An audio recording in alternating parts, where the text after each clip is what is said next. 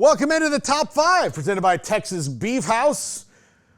Go to texasbeefhouse.com. Hey, auction going on.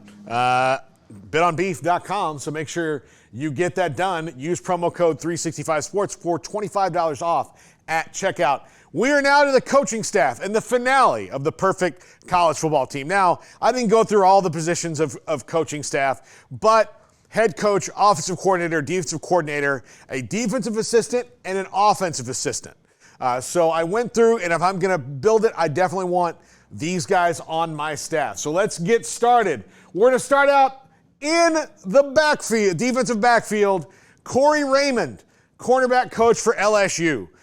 This is his second or third stint. Yeah, second stint at LSU. Thank you, Garrett. And he is a big reason of the FSU DBs.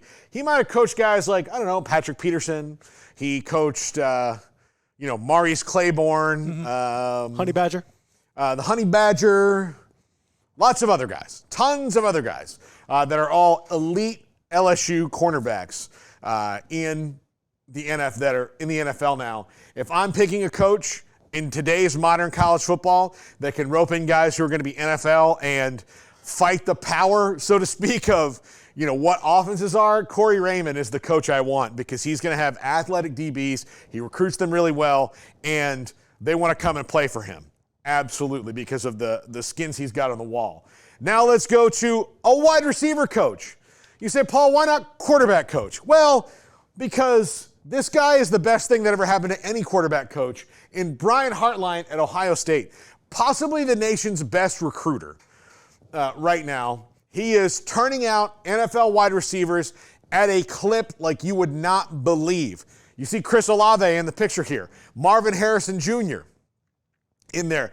Why do you think Jeremiah Smith didn't go to any school in the South and went all the way from Miami to Ohio State? Brian freaking Hartline.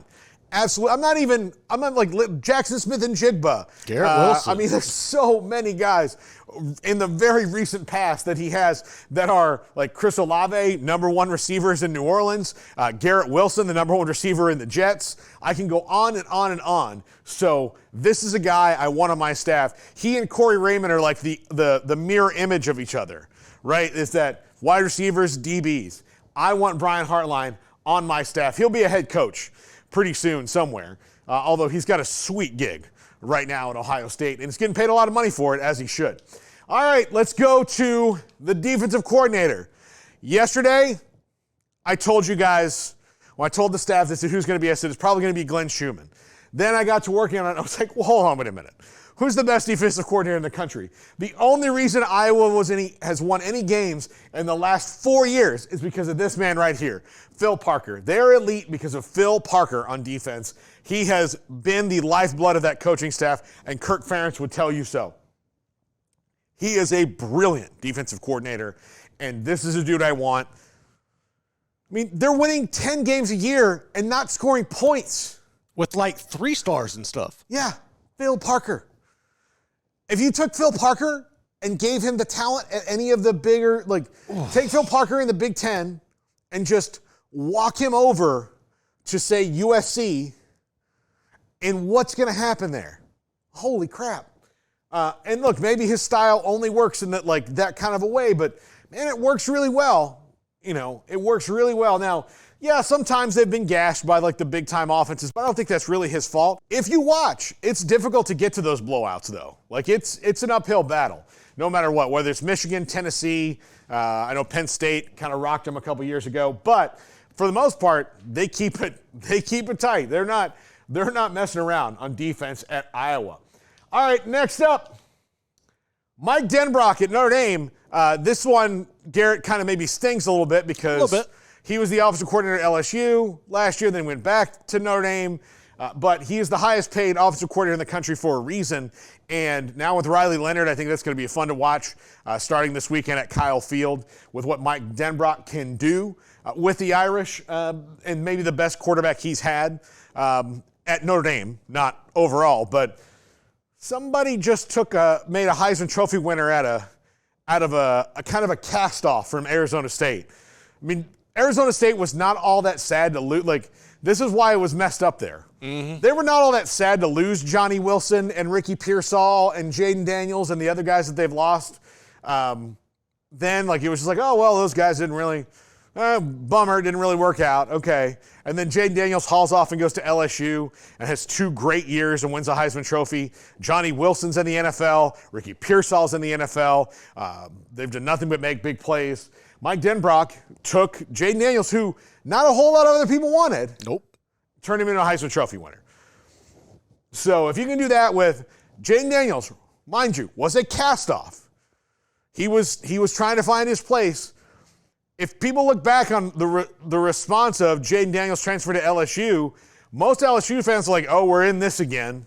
Like, this is what it's going to be. We're going to have these, everybody else is going to be good but the quarterback. Nope, flipped it.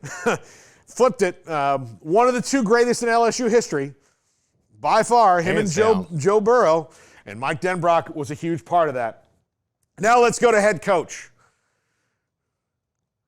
I know that the criteria should be somebody who's won national titles as head coach. I know it. I should pick Kirby Smart. I should.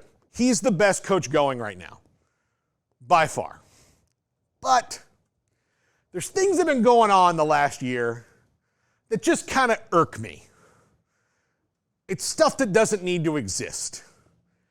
And for that reason, I did go with a Kirby Smart disciple, though. Dan Lanning at Oregon. This is the guy I'd want. Perfect. No offense to Mike Norvell. Love you, Mike.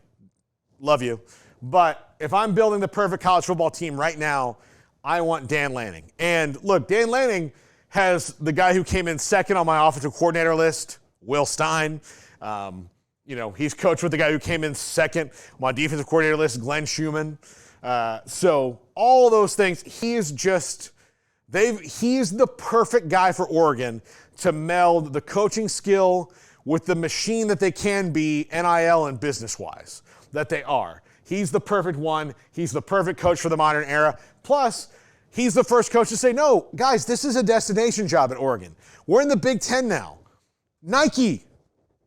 We're not a Nike school. We're the Nike school. He's the one who's kind of grasped that more than any of the other parade of coaches who have gone there. And A&M would have paid him whatever he wanted. Whatever he wanted. There'll be schools in the SEC that do, and he's already turned one of them down.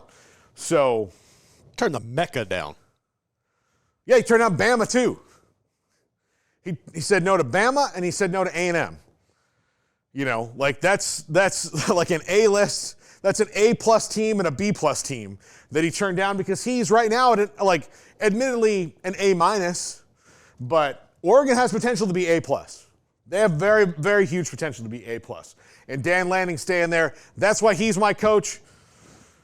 I had to back off of Kirby Smart. I know it's going to seem dumb, but Dan Lanning, my coach, America's coach, like we said last week on the Triple Option. I think it's Dan Lanning. This has been the Top 5. We're wrapping it up right now.